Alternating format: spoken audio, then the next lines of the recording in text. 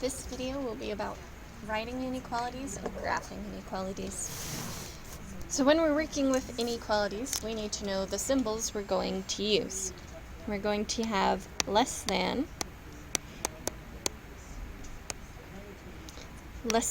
or equal to,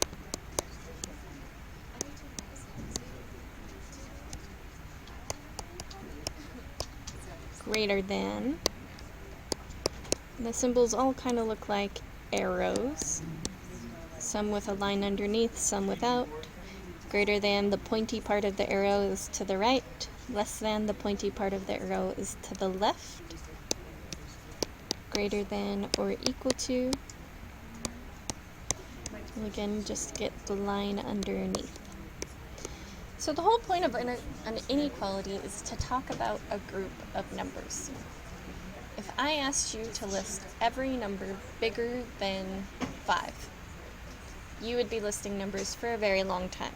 You could say 5.5, 5.7, 6 is bigger than 5, 6.1 is bigger than 5, 6.2. I could keep going forever. There's an infinite amount of numbers bigger than 5. I don't want to write out that list forever. So they came up with a way to represent this. If I want every number bigger than 5, they used what's called a number line to represent this. This number line is every number you could count. 0, 1, 2, 3. The spaces in between are the decimals in between, like I could say 1.5 is halfway between, or 1.1 is really close to 1. I could go in the other direction to get my negatives. So a number line has every number that you could count. So if I wanted every number bigger than 5, well, I could say 6 is bigger than 5, 7 is bigger than 5, 6.5 is bigger than 5, 6.7. And you'll notice it starts shading everywhere bigger than 5. Now, I didn't say bigger than or equal to 5, I said bigger than 5. So 5 is not included. So we need to show that 5 is not included. So to show very definitively that 5 is not included, we would put an open circle there. That means the number 5 itself is not part of my shading. It's not one of my many dots that came to make this line. It's everything above that letter 5, or that number 5. So we can represent inequalities on the number line, or we can write them out.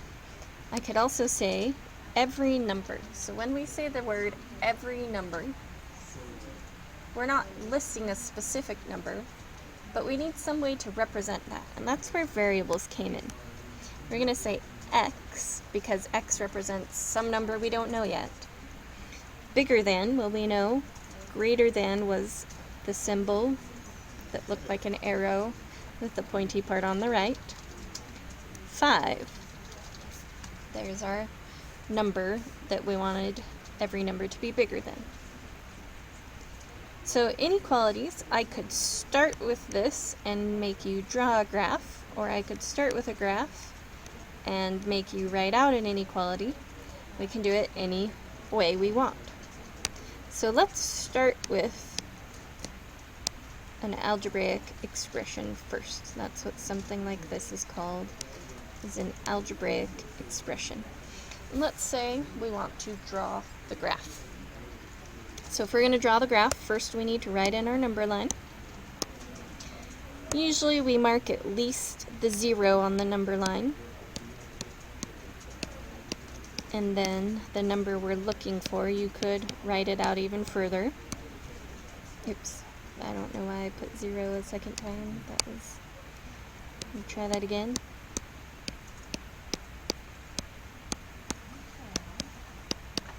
We just need to make sure we have at least the 0 and at least the number we're working with. So at least the 0 and at least the -2, because that's the number we're working with right now. Then we have to decide, are we going to put an open circle at -2 or a closed circle at -2? Are we including that -2 in our list of numbers or not? Well, this symbol, less than or equal to, the equal to part means we would use a closed dot. So it's filled in when we say the word closed. If there was no line underneath, there's no equal to part, we would use an open dot.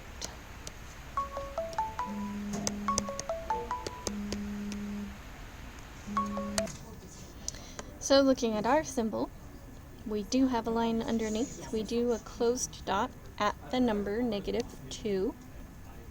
So our dot is filled in. And then less than. This less than symbol is pretty much an arrow pointing where you should shade. This is saying shade to the left, as long as your variable is on the left. If your variable is on the right, that does not work. It's opposite of what it should be. So we're going to shade to the left. Sometimes you can shade like that. A lot of people just draw an arrow to the left. Doesn't matter whichever way you want to do it. So shading wise, a less than or equal to symbol would be to the left.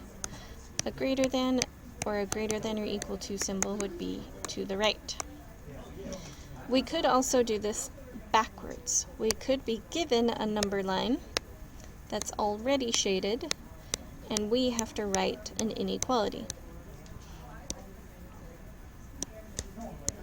So let's say here is our number line.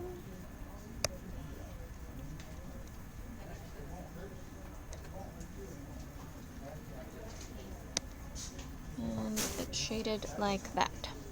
So when we write an inequality from a number line, we start first with the letter X. Remember, that's a number that we don't know, so that's helping us represent that group of numbers. Then we have to decide, okay, we're shaded to the left of the dot. If we went back to the previous page, left was less than or equal to, so it's one of these two. Left is this, or it could be this. We have to decide which one. So now we look at the dot to tell us the dot is not filled in, which means there should not be a line underneath. That's just the less than symbol then. And then we just use the number where the dot is at, 3. So when you're graphing inequalities or making an inequality from a graph, it's really important to remember this information. Equal to, so there's a line underneath your symbol, is a closed dot, so it's filled in. No equal to, so just a less than or a greater than, is an open circle. Less than or equal to means go left, and greater than or equal to means go to the right.